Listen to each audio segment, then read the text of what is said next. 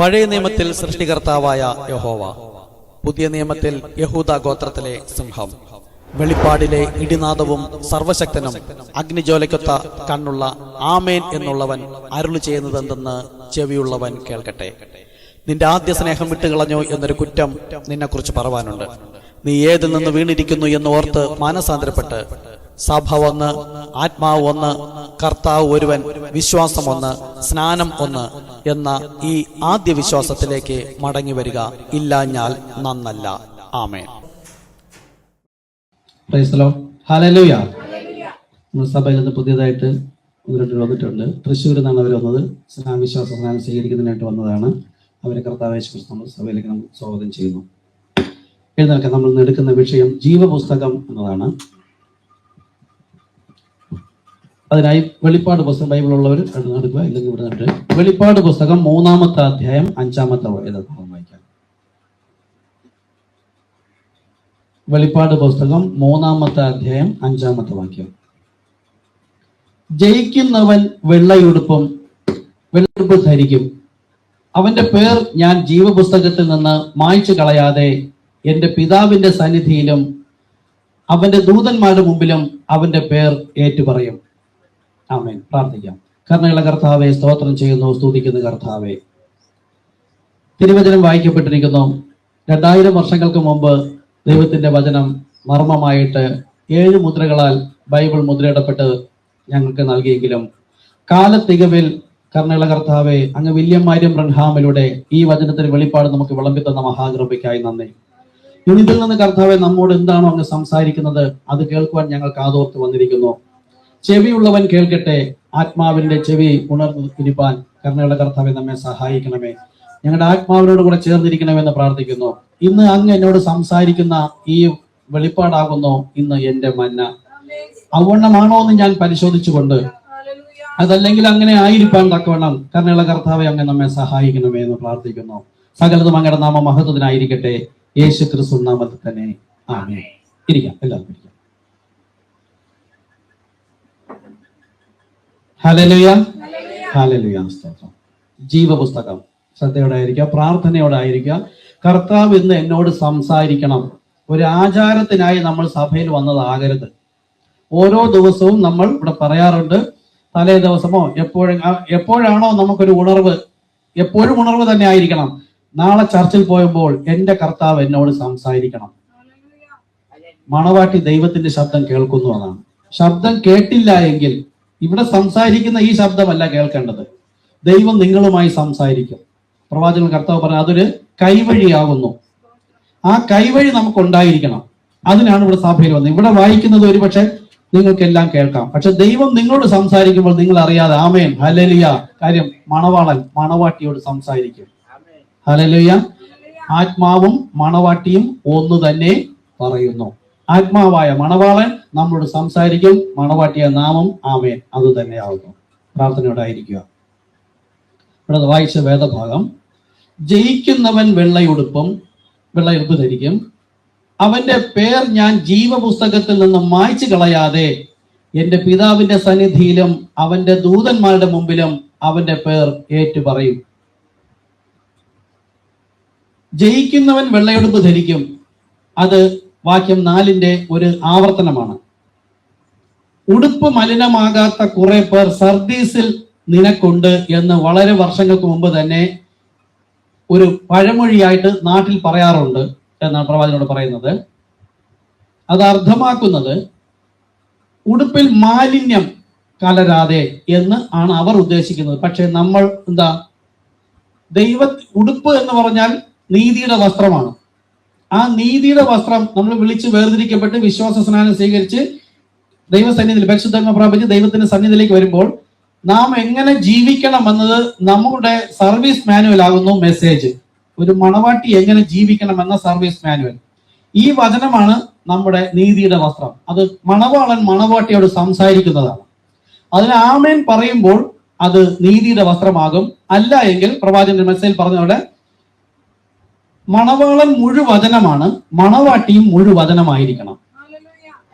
ഇപ്പൊ ഉദാഹരണം, ഒരു 500 പീസാക്കിയ ഒരു വചനം, അതാണ് മണവാളനെങ്കിൽ അതിൽ നിന്ന് ഓരോ ഭാഗവും അടർത്തി നാം എങ്ങനെ ജീവിക്കണമെന്ന സന്ദേശമായി ഉദാഹരണം നമ്മുടെ അടുക്കൽ വരുമ്പോൾ ആ സന്ദേശത്തെ ഞാൻ ആമേൻ പറഞ്ഞ് ആ വചനപ്രകാരം ജീവിക്കുമ്പോൾ ആ വചനം എന്നിൽ അപ്ലൈയാകും. അങ്ങനെ ഞാൻ പാദം മുതൽ തല വരെ മറ്റൊരു ക്രിസ്തു ആകും. അല്ല എന്റെ പ്രായം ഇപ്പോഴിത് വേണ്ട, പിന്നീട് മതി, അല്ലെങ്കിൽ ഇത് കുഴപ്പമില്ല, അങ്ങനെയൊക്കെ പ്രവാചകൻ പറയും എന്നൊക്കെ വിചാരിക്കുന്നുവെങ്കിൽ പ്രവാചകൻ പറഞ്ഞിരിക്കുന്നു അവിടെ ഹോൾ കിടക്കും. ഒരു മനുഷ്യനെ പൂർത്തിയാക്കുമ്പോൾ 500 പീസായിട്ട് വചന മണവാട്ടിയെ നമ്മൾ ഉരുവാക്കി കൊണ്ടുവരുമ്പോൾ ഏതെങ്കിലും വചനം ഞാൻ നിഷേധിച്ചു കഴിഞ്ഞാൽ അത് കർത്താവിനെ തന്നെ, നമ്മൾ കഴിഞ്ഞ ഞായറാഴ്ച പഠിച്ചെന്താണ്, വചനത്തെ നമ്മൾ വേണ്ടാന്ന് വെക്കുമ്പോൾ ദൈവത്തെ തന്നെയാണ് വേണ്ടാന്ന് വെക്കുന്നത്. കാര്യം വചനം ദൈവമാകുന്നു. അങ്ങനെ വചനം നമ്മൾ ധരിക്കണം, മുഴുവചന മണവാട്ടിയാകണം. ഇല്ല എങ്കിൽ ആ കാണുന്ന ഹോൾ വഴി പിശാച് കിടക്കും, നമ്മുടെ ജീവിതത്തെ താറുമാറാക്കും. ഉടുപ്പ് മലിനമാകാത്തവർ ഇവിടെ ഉണ്ട് എന്ന് പറഞ്ഞാൽ അതിന്റെ അർത്ഥം പ്രശ്നമുണ്ടാക്കുന്ന കാര്യങ്ങളിൽ നിന്ന് നിങ്ങൾ ഒഴിഞ്ഞു നിന്നുകൊള്ളുക എന്നാണ്. ലോകത്തുള്ള പ്രശ്നമുണ്ടാക്കുന്ന കാര്യങ്ങൾ മാത്രമല്ല, ദൈവത്തിന്റെ വചനം നമുക്ക് വരുമ്പോൾ അതിനോടുകൂടെ ഏതെങ്കിലും ദുരുപദേശമോ എന്തെങ്കിലും വന്നാൽ അതിൽ നിന്ന് മാറി നിന്നുകൊള്ളുക. ആ വചനമാണ് നീതിയുടെ വസ്ത്രം, അതിനോട് വിരുദ്ധമായതെല്ലാം അനീതി തന്നെയാണ്. നിങ്ങൾക്ക് അതിൽ ഇടപെട്ടാലോ എന്ന് ഒരു തോന്നൽ ഉണ്ടായേക്കാം, അല്ലെങ്കിൽ മറ്റു ചിലർ നിങ്ങളെ അതിൽ ഉൾപ്പെടുത്താൻ ശ്രമിച്ചെന്നും വരാം. എന്നാൽ അതിൽ നിന്നെല്ലാം അകന്നു മാറി നിന്നുകൊള്ളുക. ഹല്ലേലൂയ. അതുപോലെ ഈ ഉപദേശം അനുസരിക്കുന്നവർക്കും ദൈവം പ്രതിഫലം നൽകുകയാണ്. ഏത് ഉപദേശം? പ്രവാചകനിലൂടെ കർത്താവ് സംസാരിച്ചിരിക്കുന്ന ദൈവത്തിന്റെ മണവാട്ടിയുടെ മന്ന. ഇതിനോട് നമ്മൾ കൂട്ടുകലർത്താൻ പാടുള്ളതല്ല. നാം അന്ത്യകാലത്തിലാണ് ജീവിക്കുന്നതെന്ന് നിങ്ങൾക്കറിയാം. ഈ കാലത്തിലാണ് എല്ലാ സഭകളും യോജിക്കുന്നത്. എക്യുമെനിക്കൽ കൗൺസിലിൽ എല്ലാ സഭകളും യോജിക്കുന്നതായി പ്രവാചകൻ 1933 മുതൽ പല മെസ്സേജുകളിൽ പറയുന്നു. ഇപ്പോൾ നമ്മളത് കണ്ടുകൊണ്ടിരിക്കുന്നു. നമ്മുടെ ചുറ്റുപാടുമുള്ള കൺവെൻഷനിൽ പോയാൽ അറിയാം, പാസ്റ്റർമാർ ഒരു ടാഗ് ഇട്ടിരിക്കുന്നത്. ഇവരെല്ലാം രജിസ്റ്റേർഡ് സംഘടനാ സഭയാണ്. ഇത് ചെല്ലുന്നത് പോപ്പിൽ 666 എതിർ ക്രിസ്തുവിന്റെ മുദ്രയേറ്റവരാണ് ഇവരെല്ലാവരും. ആ സമയത്താണ് ദൈവം ഗോതമ്പിനെ കളപ്പുരയിലേക്ക് ശേഖരിക്കുന്നത്. അതാകുന്നു നാം. ഇത് രണ്ടും ഇപ്പോൾ കൊയ്ത്തിന്റെ നാളിൽ യജമാനൻ വരുന്നതിന് മുമ്പ് ദൂതന്മാരെ അയച്ചിട്ട് ഗോതമ്പിനെ കളപ്പുരയിലേക്ക് ശേഖരിക്കും. അപ്പോൾ സഭകൾ പുറത്തുള്ളവരെല്ലാം യോജിച്ചു കൊണ്ട് നിൽക്കുന്ന ഒരു സമയമാണ്. ഇപ്പോൾ തന്നെ ലോക രാഷ്ട്രീയം അവർ നിയന്ത്രിച്ചു കൊണ്ടിരിക്കുകയാണ്. വളരെ വേഗം തന്നെ ലോക സമ്പദ് വ്യവസ്ഥയുടെ നിയന്ത്രണവും അവർ ഏറ്റെടുക്കും. ഇപ്പോൾ തന്നെ ലോക രാഷ്ട്രീയത്തിൽ അവർ നിയന്ത്രിച്ചു തുടങ്ങി. വത്തിക്കാൻ ഒരു രാഷ്ട്രമാണ്, ആത്മീയ ഒരു സഭ മാത്രമല്ല, അവരൊരു രാഷ്ട്രമാണ്. രാഷ്ട്രീയമുണ്ട്. ഇസ്രായേലിന്റെ കാര്യങ്ങളിലും ലോക കാര്യങ്ങളിലും പോപ്പ് ഇടപെടാറുണ്ട്. ഇപ്പോൾ തന്നെ രാഷ്ട്രീയ കാര്യങ്ങളിൽ ഇടപെടാൻ പാടില്ല. അപ്പോൾ നിങ്ങൾ ലോക സമിതിയിൽ, അതായത് വേൾഡ് എക്യുമെനിക്കൽ കൗൺസിലിൽ അംഗമല്ലെങ്കിൽ നിങ്ങൾക്ക് വിൽക്കുവാനോ വാങ്ങുവാനോ ഉള്ള അധികാരം ഉണ്ടായിരിക്കുകയില്ല. അതുപോലെ തന്നെ ആരാധനാ സ്വാതന്ത്ര്യവും ഉണ്ടായിരിക്കുകയില്ല. WCC, WCO, world church council, world church organisation, ഈ രണ്ട് കൂട്ടമാണ് ഇവിടെ കുറെ കാലമായിട്ട് ഇവിടെ ഉള്ളത്. ഇത് രണ്ടും ഒന്നിച്ച് ചേർന്നിട്ട് എക്യുമെനിക്കൽ കൗൺസിലിൽ പുതിയൊരു മെമ്പർഷിപ്പ് അവരെടുക്കും. അതിൽ നിന്നാണ് ഗോതമ്പ് മാറി നിന്നുള്ളത്. അത് കളകളെ തീക്കായി കൂട്ടിക്കെട്ടുന്നതാണ്. മാത്രമല്ല അവരുടെ സംഘടനയിൽ ചേർന്നില്ല എങ്കിൽ നമുക്ക് ആരാധനാ സ്വാതന്ത്ര്യം ഉണ്ടായിരിക്കില്ല. നിങ്ങളുടെ എല്ലാ സ്വാതന്ത്ര്യവും അപ്പോൾ നഷ്ടപ്പെടും. ദൈവത്തോട് വിശ്വസ്തനായിരിക്കുന്നവരും ഈ ലോകസഭാ വ്യവസ്ഥയോട് ചേർന്ന് തങ്ങളുടെ ഉടുപ്പ് മലിനമാകാതെ സൂക്ഷിക്കുന്നവരും പീഡിപ്പിക്കപ്പെടും. നല്ല പ്രകാരം പിന്തിരിഞ്ഞ് അത് അവരുമായി ഇടകലരരുത് നിൽക്കുമ്പോൾ എന്ത് ചെയ്യും? അവർ ഉപദ്രവിക്കും. എല്ലാം വിട്ടിട്ട് സഭയോട് ചേരുവാൻ തോന്നത്തക്കവണ്ണം ഒരു വലിയ രാഷ്ട്രീയ പരിശോധന അപ്പോൾ ഉണ്ടാകും. പല പ്രാസംഗികരും ഈ എതിർ ക്രിസ്തു എന്ന മൃഗവ്യവസ്ഥയോട് അവരുടെ പരിധിക്കുള്ളിൽ നിന്നുകൊണ്ട് സുവിശേഷ വേല ചെയ്തു കൊള്ളാമെന്ന് സമ്മതിക്കും. മരണപര്യന്തം വിശ്വസ്തനായിരിക്കുക. സ്നാനമേൽക്കുമ്പോൾ നമ്മൾ പറയാറുണ്ട് ജീവപര്യന്തം, അതായത് ജീവിച്ചിരുന്ന ഇപ്പോഴാണ് കർത്താവ് വരുന്നെങ്കിൽ ഞാൻ രൂപാന്തരപ്പെട്ട് പോകുന്നത് വരെ ജീവപര്യന്തം. ഇനി ഒരുപക്ഷെ ഞാൻ ക്രിസ്തുവിൽ നിദ്ര പ്രാപിച്ചിട്ടാണെങ്കിൽ ആ മരണത്തെ ഉദ്ദേശിക്കുന്നത് ആ മരണപര്യന്തം വിശ്വസ്തനായിരിക്കുക. നോക്കൂ, അങ്ങനെ നിൽക്കേണ്ട വ്യക്തികളാണ് ഈ ഭീഷണിക്ക് മുമ്പിൽ കർത്താവിനെ തള്ളി പറഞ്ഞിട്ട് അവരുടെ വേദതത്വങ്ങളെ ഏറ്റുപറയുന്നത്. അത് നമ്മൾ അത് നോക്കിക്കൊണ്ടിരിക്കും. ഞാൻ മറ്റൊന്നും തള്ളി പറയുന്നില്ലല്ലോ, സന്ദേശത്തിൽ തന്നല്ലോ, എന്നാൽ കർത്താവ് അരുളി ചെയ്ത ഈ മെസ്സേജിൽ എന്തെങ്കിലും തള്ളിക്കളഞ്ഞാലും അവർക്ക് തുല്യം തന്നെയാണ്. കാരണം മണവാട്ടി സഭയ്ക്കായി പ്രവാചകനോട് കർത്താവ് സംസാരിച്ചിരിക്കുന്നത് ലോകത്തുള്ളവർക്ക് ദഹിക്കില്ല. നമുക്കത് അറിയാവുന്ന കൂട്ടരാണ് നമ്മൾ ഇവിടെ വന്നിരിക്കുന്നത്. മരണപര്യന്തം വിശ്വസ്തനായിരിക്കണം. ആരാധന സ്വാതന്ത്ര്യം ഇല്ലേ? വേണ്ട. പ്രവാചകനോട് പറഞ്ഞിട്ടുണ്ട്. ഇപ്പോൾ തന്നെ പലരും ടേപ്പ് പ്ലേ ചെയ്ത് വീട്ടിലിരിക്കുന്നുണ്ട്. പല സഭകളും പിരിച്ചുവിട്ടു, മനഃപൂർവ്വമായി പിരിച്ചുവിട്ടു. അവിടെ സംഘടനാ സഭ ഒന്നും നിർത്തലാക്കിയൊന്നുമില്ല.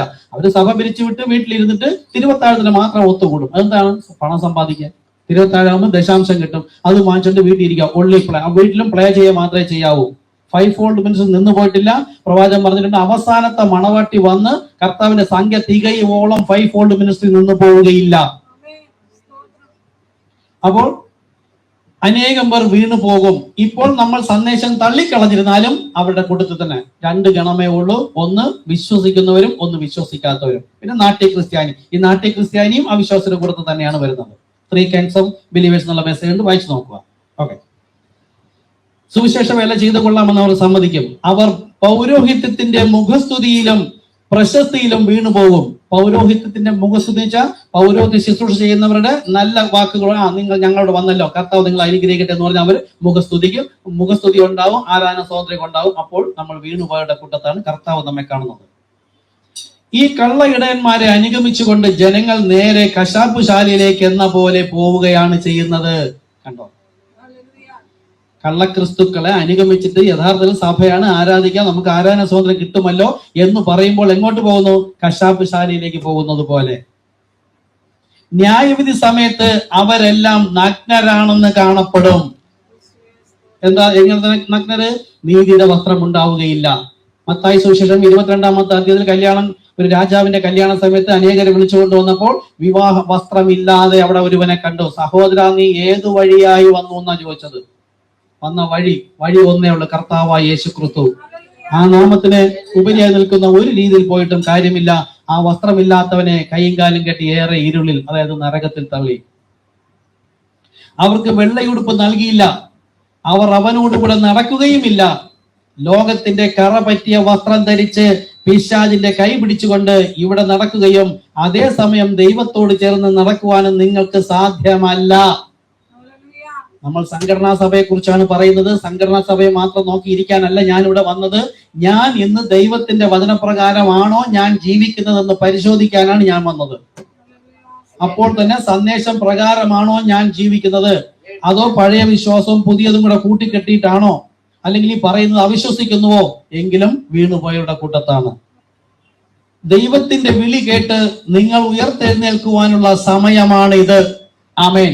Thus saith the Lord. പ്രവാചകരുടെ കർത്താവ് സംസാരിക്കുന്നത് ദൈവത്തിന്റെ ശബ്ദമാണ്. അത് കേട്ടിട്ട് നിങ്ങൾ ഉയർത്തെഴുന്നേൽക്കേണ്ടുന്ന നാളാണ്, സമയമാണെന്ന് പറഞ്ഞാൽ ഇപ്പോൾ ഇവിടെ ഇരിക്കുമ്പോഴും നമ്മൾ ആ ജാതികളെ പോലെ അത് കുഴപ്പമില്ല, അവരും ശരി തന്നെ, അവരും കർത്താവ്, അങ്ങനെ പലരും പറഞ്ഞിട്ടുണ്ട്.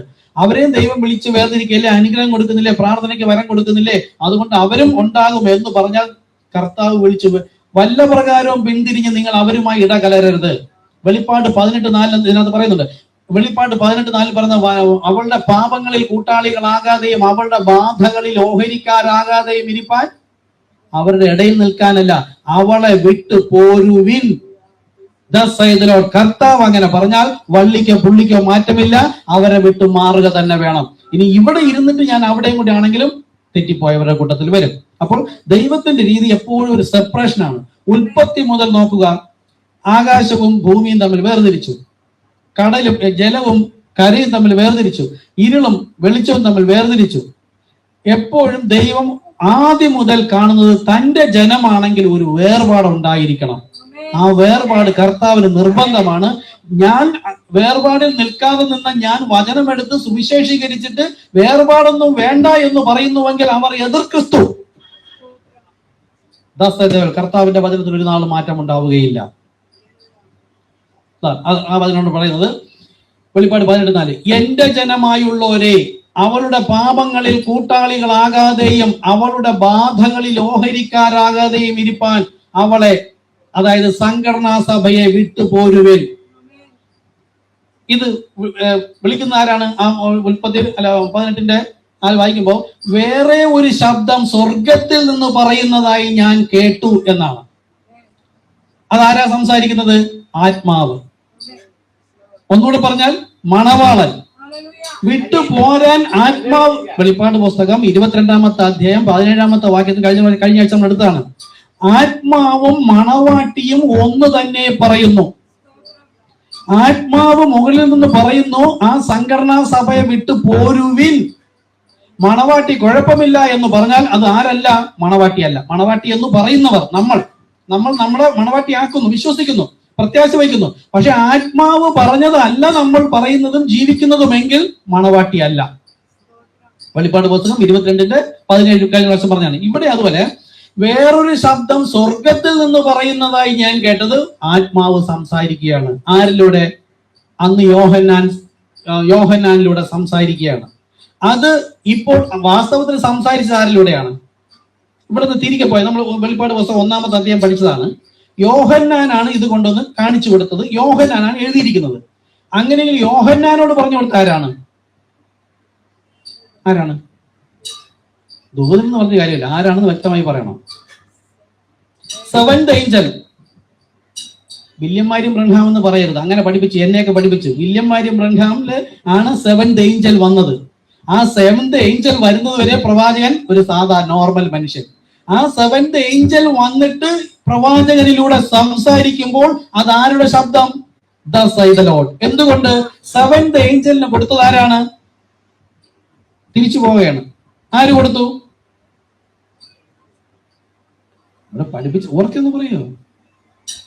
സംശയം കൊണ്ടാണ്. യേശു ക്രിസ്തു. ഞാൻ അവിടെ പറഞ്ഞിരിക്കുന്ന രീതി പറയാണ്, നമുക്ക് കാര്യം അറിയാം. യേശു ക്രിസ്തുവിന് ആര് കൊടുത്തു? യേശു ക്രിസ്തു ദൈവമാണെങ്കിലും ചോദിക്കുകയാണ്, ആ പറഞ്ഞിരിക്കുന്ന രീതി നമ്മൾ തിരിച്ചു പോവുകയാണ്. ആര് കൊടുത്തു? ദൈവം നൽകി. അപ്പൊ വെളിപ്പാട് പുസ്തകം 1, ദൈവം അത് തന്റെ ദാസന്മാരെ, 7 സഭയ്ക്കും 7 ദൂതന്മാരുണ്ട്, 7 നക്ഷത്രങ്ങളാകുന്നു. തന്റെ ദാസന്മാരെ, അവരാണിത്. ഈ ദാസന്മാരെ ഇവിടെ മുതലാണ്. ഈ ദാസന്മാരെ കാണിക്കേണ്ടതിന് ദൈവം അത് അവന് കൊടുത്തു എന്ന് പറഞ്ഞാൽ അത് കർത്താവായ യേശു ക്രിസ്തുവിന് കൊടുത്തു. അപ്പോൾ ദൈവം ഒരു വ്യക്തി, കർത്താവായ യേശു ക്രിസ്തു വേറൊരു വ്യക്തി എന്നല്ല. ദൈവം എന്നത് ആത്മാവാണ്. അപ്പോൾ അങ്ങനെയാണെങ്കിൽ ആത്മാവ് പറയുന്നത് തന്നെ മണവാട്ടിയും പറയുമെന്ന് പറഞ്ഞാൽ ഇവിടെ മണവാളൻ പറയുന്നു അവളുടെ പാപങ്ങളിൽ, അവളെ എന്നല്ല, അവളുടെ, അവിടെ സംഘടനാ സഭയുടെ ഉദ്ദേശിക്കും അവളുടെ പാപങ്ങളിൽ കൂട്ടാളികളാകാതെയും അവളുടെ ബാധകളിൽ ഓഹരിക്കാരാകാതെയും ഇരിപ്പാൻ അവളെ വിട്ടുപോരുവിൻ. വിട്ടുപോരാതിരുന്നാൽ എന്ത് സംഭവിക്കും? ഈ 2 കാര്യവും സംഭവിക്കും. എന്താണ്? ഒന്ന്, അവരുടെ പാപങ്ങളിൽ കൂട്ടാളികളാകും. എന്താണ് പാപം? യോഹന്നാൻ സുവിശേഷം 14-ാമത്തെ അധ്യായത്തില് നമുക്ക് വചനം എടുക്കാം. യോഹന്നാൻ 16:7 മുതൽ 9 വരെ എടുക്കാം. നമുക്ക് സിമ്പിളായി പറഞ്ഞ വചനം എന്താണെന്ന് അറിയാം. വചനവിരുദ്ധ അല്ല, ദൈവ വചനത്തോടുള്ള അവിശ്വാസമാണ്. എങ്കിലും കർത്താവ് ചില കാര്യങ്ങൾ പറയുന്നു. യോഹന്നാൻ 16:7 മുതൽ 9 വരെ.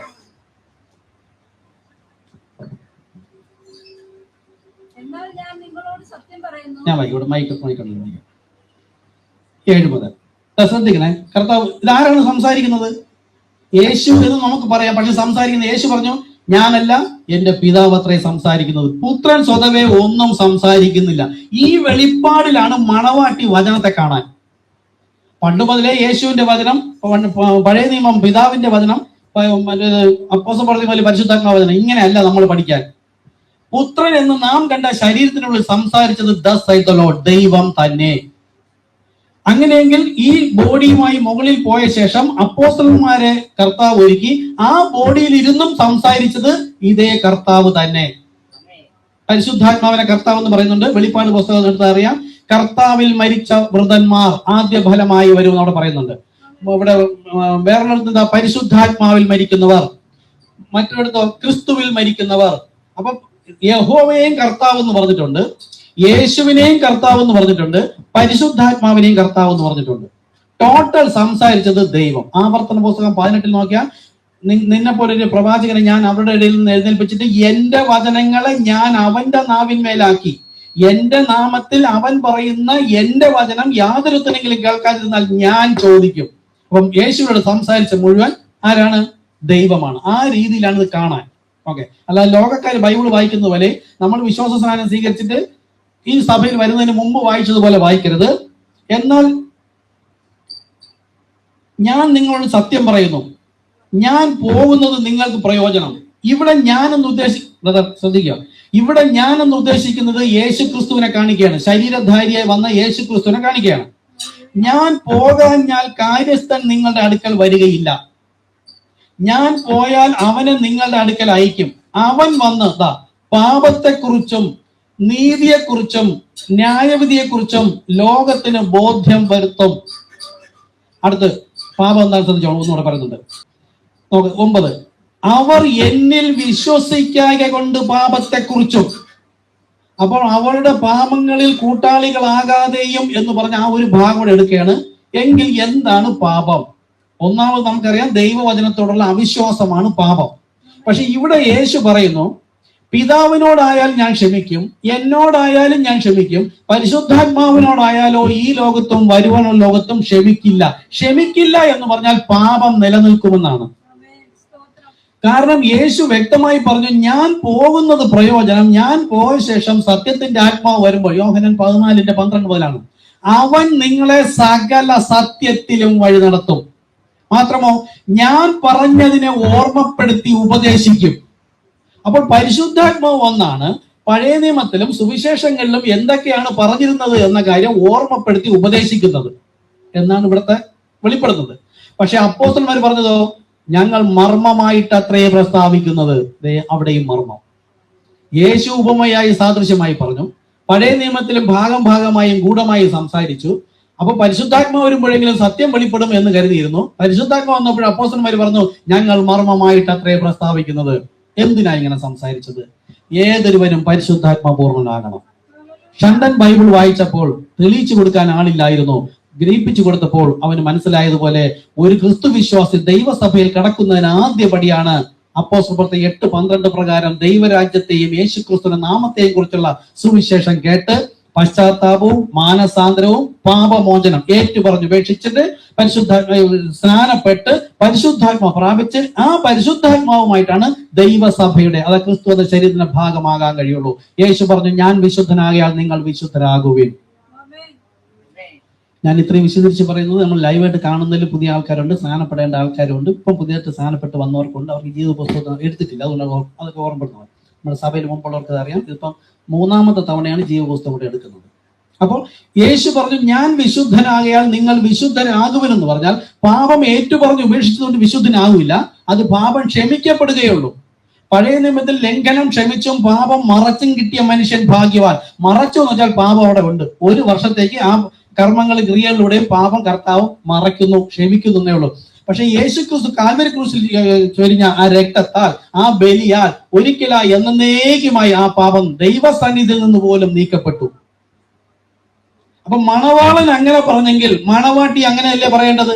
നമ്മൾ അങ്ങനെ പറയാറുണ്ടോ? നമ്മുടെ ഒരു കൂട്ടുവിശ്വാസി എന്തെങ്കിലും നമ്മോടൊരു പിഴ ചെയ്തു പിന്നീട് ഒന്ന് ക്ഷമ ചോദിച്ചാൽ നമ്മൾ എന്ത് പറയും? ഈ ക്ഷമയെന്ന് ചോദിക്കേണ്ട നീ ആരാണെന്ന് എനിക്കറിയാം, പക്ഷെ ദൈവസന്നിധിയിലോ അത് മുഴുവൻ മാറ്റി കളഞ്ഞിരിക്കുന്നു.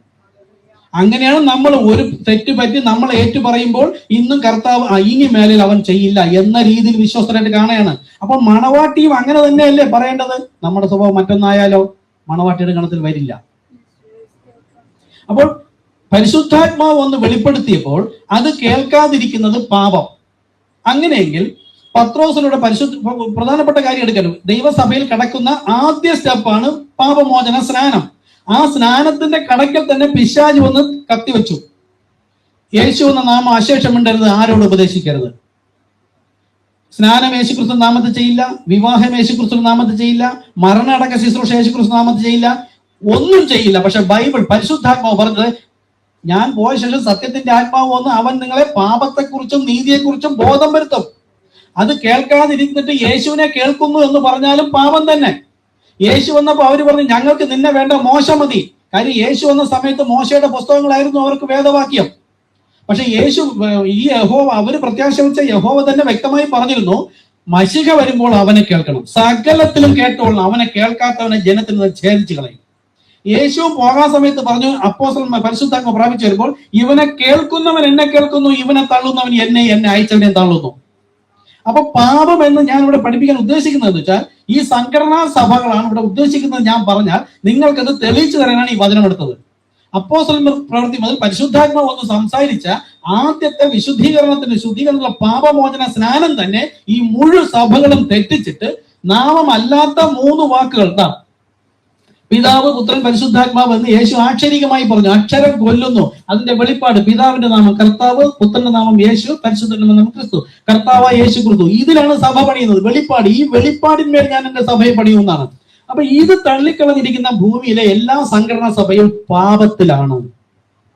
അവരോട് എങ്ങനെ നമുക്ക് കൂട്ടുകൂടാൻ പറ്റും? മണവാളൻ പറയുന്നു അവളെ വിട്ടു പോരുവിൻ. അപ്പൊ വിട്ടു പോരണമെന്ന് പറഞ്ഞാൽ പോരുക തന്നെ വേണം. എന്താ? മണവാട്ടിയും അത് തന്നെ പറയുന്നു. വെളിപ്പാട് പുസ്തകം അത് നമ്മൾ കഴിഞ്ഞ പ്രാവശ്യം എടുത്തല്ല. ഇന്ന് പുതിയതായിട്ട് രണ്ടുപേരും ഓൺലൈനിലുണ്ട്, അവർക്കൂടെ വേണ്ടിയിട്ടാ. വെളിപ്പാട് പുസ്തകം 22:17. നിങ്ങൾ വീട്ടിൽ നിന്ന് ബൈബിൾ എടുത്തോളുക. വെളിപ്പാട് പുസ്തകം 22:17 പറയുന്നത്, വരിക എന്ന് ആത്മാവും മണവാട്ടിയും പറയുന്നു. ആത്മാവാണ് മണവാളൻ. മണവാളനാണ് ഇപ്പൊ സംസാരിച്ചിരിക്കുന്നത്. വെളിപ്പാട് 18:4. വേറൊരു ശബ്ദം സ്വർഗത്തിൽ നിന്ന് പറയുന്നതായി ഞാൻ കേട്ടത്. എല്ലാരും വിട്ടുവരണ്ട. അവിടെ വിളിക്കുന്ന ഒരു പ്രത്യേക കൂട്ടർ ആരെ? എന്റെ ജനമായുള്ളവരെ. അപ്പോൾ ഈ സംഘടനാ സഭയിൽ ഇരിക്കുന്ന നിങ്ങൾ ദൈവത്തിന്റെ ജനമെന്ന് നിങ്ങൾ അവകാശപ്പെടുന്നു. പക്ഷെ ദൈവം പറഞ്ഞപ്പോൾ ആ ശബ്ദം നിങ്ങൾക്ക് കേൾക്കാൻ കഴിയുന്നില്ല എങ്കിൽ നിങ്ങൾ ആരല്ല? ദൈവത്തിന്റെ ആടല്ല. എന്റെ ആടുകൾ എന്റെ ശബ്ദം കേൾക്കുമെന്നാ ഇപ്പൊ ഞങ്ങളും പറയുന്നു. ഇന്നലെ നമ്മൾ സംസാരിച്ചു. മണവാട്ടിക്ക് ഒരു ശുശ്രൂഷയുണ്ട്. വില്യന്മാരും ബ്രൺഹാമിനോട് ചെയ്ത് തീർന്നിട്ടില്ല. ബാക്കി നമ്മെ ഏൽപ്പിച്ചിരിക്കുകയാണ്. ആ ശുശ്രൂഷയാണ് നമ്മൾ സുവിശേഷം അറിയിച്ചുകൊണ്ടിരിക്കുന്നത്. ഇപ്പോൾ ആ വിളിച്ചു പറയുന്നത് ദൈവശബ്ദമാണ്. അത് കേട്ട് ഇന്നും ജനം വരുന്നുണ്ട്. അവരുടെ ഉള്ളിൽ വരുന്നത് പോൾരാജ് പാസ്റ്റോ നമ്മൾ ആരും ചെന്ന് പറയുന്നതല്ല കേൾക്കുന്നത്. ഇപ്പൊ ബ്രദർ അടുത്ത സമയത്ത് വന്നപ്പോ എന്റെ ശബ്ദം കേട്ടിട്ടല്ല വന്നത്. ആ ശബ്ദം ദൈവശബ്ദം എന്ന് കേട്ടു. സഭയെ കൂട്ടരെയും വിട്ടു. സ്വന്തക്കാർ ഭാര്യ പോലും വന്നിട്ടില്ല. ആരെയും തിരിഞ്ഞു നോക്കിയില്ല. Thus saith the Lord. ആത്മാവ് ഇങ്ങനെ പറയുന്നു, മണവാട്ടിയും അങ്ങനെ തന്നെ പറയും. അതല്ല നമ്മൾ അവരുടെ കൂടെ സംഘടനാ സഭയുടെയും വിശ്വാസത്തിൽ കൂടെ പോകുന്നുവെങ്കിൽ പാപങ്ങളിൽ കൂട്ടാളിയാവുകയാണ്. ഇരിക്കുന്നത് എവിടെ? സ്നാനപ്പെട്ട് ഇവിടെ. അപ്പൊ കാര്യം മനസ്സിലായല്ലോ. അപ്പോസ്തലന്മാരോട് പറഞ്ഞതും അതിനെ വ്യാഖ്യാനിച്ചപ്പം പ്രവാചകനിലൂടെ കർത്താവ് സംസാരിച്ചതും Thus saith the Lord എന്ന് വിശ്വസിച്ചാണ് ഇവിടെ ഇരിക്കുന്നത്. അത് വിശ്വസിച്ചില്ലെങ്കിൽ പാപങ്ങളിൽ കൂട്ടാളിയാകുകയാണ്. അടുത്ത് ബാധകളിൽ. എന്താ ബാധ? ആർക്കാ ബാധ കൊടുക്കുന്നത്? വെളിപ്പാട് പുസ്തകം 22:18 മുതൽ. ഈ പുസ്തകത്തിലെ പ്രവചനം കേൾക്കുന്ന ഏവനോടും ഞാൻ സാക്ഷീകരിക്കുന്നെന്നാൽ, അതായത് വെളിപ്പാട് പുസ്തകം പ്രവചനമെന്ന് അത് മാത്രമല്ല, ബൈബിൾ മുഴുവനും പ്രവചനം തന്നെയാണ്. ഉൽപ്പത്തി മുതലേ വരാൻ പോകുന്ന കാര്യം പറയുന്നുണ്ട്. ഹാബേൽ കുഞ്ഞാടിനെ യാഗം കഴിച്ചത് അത് എന്താ പ്രതീകാത്മകമായിട്ട് വരാൻ പോകുന്ന യാഗം യേശുക്രിസ്തു എന്ന കുഞ്ഞാട്. അപ്പൊ അവിടെ മുതൽ തന്നെ പറയുന്നുണ്ട് പ്രവചനങ്ങൾ. അപ്പൊ ഈ ബൈബിൾ ഈ പുസ്തകത്തിൽ പറയുന്നത് കേൾക്കുന്ന ഏവനോടും ഞാൻ സാക്ഷീകരിക്കുന്നത് എന്തെന്നാൽ, അതിനോട് ആരെങ്കിലും കൂട്ടിയാൽ ഈ പുസ്തകത്തിൽ എഴുതിയ ബാധകളെ ദൈവം അവന് വരുത്തും. ഇവര് ലോകത്ത് ക്രിസ്ത്യാനികൾ പഠിപ്പിക്കുന്നത് ദൈവം 3 പേർ പിന്നെ 3 ചേർന്ന 1 കൂട്ടിയില്ലേ? യേശു പറഞ്ഞു ഞാനും പിതാവും സംഖ്യയാണ് 1. ആ 1 എന്ന് പറഞ്ഞ സംഖ്യ ഇവരാദ്യം അതിനെ തലകീഴാക്കാനായിട്ട് ഈ 1 3 രീതിയിൽ പ്രവർത്തിച്ചെന്ന് പറഞ്ഞാൽ നമുക്ക് ആമേൻ പറയാം, കുഴപ്പമില്ല. ഒരു ദൈവം പണ്ട് പിതാവായി നിന്നു. ദൈവത്തിന്റെ വചനം അനുസരിക്കുന്നവർ മക്കളാണ്. ആ മക്കൾ ജഡരക്തത്തിലായതുകൊണ്ട് അവരെ വിളിച്ച് വേർതിരിച്ച ആ ദൈവവും ജഡരക്തങ്ങളോടുകൂടി വന്നു എന്ന് നമുക്ക്. ദൈവം അങ്ങനെയല്ല പറയുന്നത്. ആദ്യം പിശാച് തലകീഴായി പഠിപ്പിക്കുകയാണ് 3 ചേർന്ന 1. ദൈവം എന്ന് പറയുന്നു ഒമ്നിപൊട്ടൻ, നിലനിൽപ്പിന് മറ്റൊന്നിന്റെയും ആവശ്യമില്ല എന്ന് ദൈവം പഠിപ്പിക്കുന്നു എന്ന് പഠിപ്പിക്കുന്ന ഈ ജനത്തിലൂടെ തന്നെ പിശാച് പഠിപ്പിക്കുന്നു. ആദ്യം 3 പിന്നെ 3 ചേർന്ന 1. അതായത് ഒറ്റയ്ക്ക് നിലനിൽപ്പില്ല. പിശാച് ഈ ദൈവമക്കൾ എന്ന് പറയുന്നവരിലൂടെ തന്നെ ദൈവത്തെ അപമാനിക്കുന്നത് പോലും അവർക്ക് മനസ്സിലാകുന്നില്ല. അപ്പോൾ എന്നെ കണ്ടവൻ എന്റെ പിതാവിനെ കണ്ടിരിക്കുന്നു എന്നൊക്കെ ധാരാളം വചനങ്ങളുണ്ട്. ഇപ്പൊ അതിലേക്കൊന്നും പോകുന്നില്ല. അപ്പോൾ ഒന്ന് കൂട്ടുന്നവൻ നോക്കൂ, ഈ പുസ്തകത്തിൽ എഴുതിയ ബാധകളെ ദൈവം അവന് വരുത്തും. നമുക്ക് എങ്ങനെ തൃത്വസഭയിൽ പോയിരിക്കാൻ പറ്റും? നമ്മൾ ആരും പോകുന്നില്ല എങ്കിൽ ഞാൻ പറയാണ്, നിങ്ങൾ മറ്റോട് പറയുക, സുവിശേഷം കേട്ട് വിശ്വസിച്ച് വരുമ്പോൾ ഇതൊക്കെ ഫസ്റ്റ് സ്റ്റെപ്പ് തന്നെ അറിയേണ്ട കാര്യമാണ്. ഇതെല്ലാം വിശ്വസിച്ചിട്ട് വേണം പുറത്തേക്ക് വരാൻ. അതല്ലെങ്കിൽ നമ്മൾ ക്രമേണ പറഞ്ഞു കൊടുക്കുക. അപ്പോൾ പാപത്തിൽ കൂട്ടാളികളാകാതെ എന്ന് പറഞ്ഞാൽ അവർ വചനവിരുദ്ധമായി ചെയ്തിരിക്കുന്നതിൽ ആ സംഘടനാ സഭയോട് ചേർന്നിരിക്കാൻ പറ്റില്ല. ഈ ചേർന്നിരിക്കാന്ന് പറഞ്ഞാൽ ഞാൻ അവിടെ നിന്ന് ഇവിടെ ഞാൻ തുറന്ന് എല്ലാ കാര്യവും പഠിപ്പിക്കുകയാണ്. ഇവിടെ ഇരുന്നിട്ടും അതും കുഴപ്പമൊന്നുമില്ല.